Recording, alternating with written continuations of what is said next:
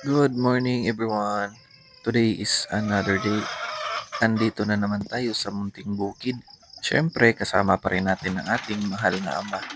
Siya po yung mga nag-aalaga dito. Lalo na to si Tanggol oh.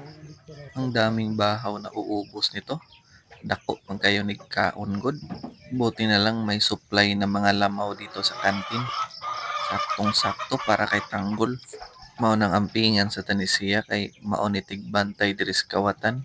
Nakakaawa din kasi kung ato siyang pasagdan. Mao nang kinahanglan nato siyang panggaon. Ikaw, pula na manok. Kain ka lang ng kain dyan ha. Palakas ka. Ubusin mo yung mga hulmigas dyan. Baka ikaw ang ubusin nila. Punta naman tayo sa ibang manok. Ito, ay, hindi yan manok. Papa ko yan. Tangkad no. Gwapo. Manang-mana sa akin. Ito, dalawang talisayo no. Ganda ng tindig no.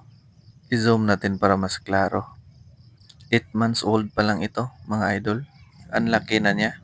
Yung isa naman ay nauubos na yung mga balahibo niya. Tingin ko parang sa kaldero na siya ay diretso. Para makabawas punta sa lahog. Medyo dako-dako na gyud tag gasto. Hindi lang manok tsaka aso yung alaga ni Papa dito. Meron din kaming mga maliliit na isda. Tingin ko ito yung platinum fish kung hindi ako nagkakamali.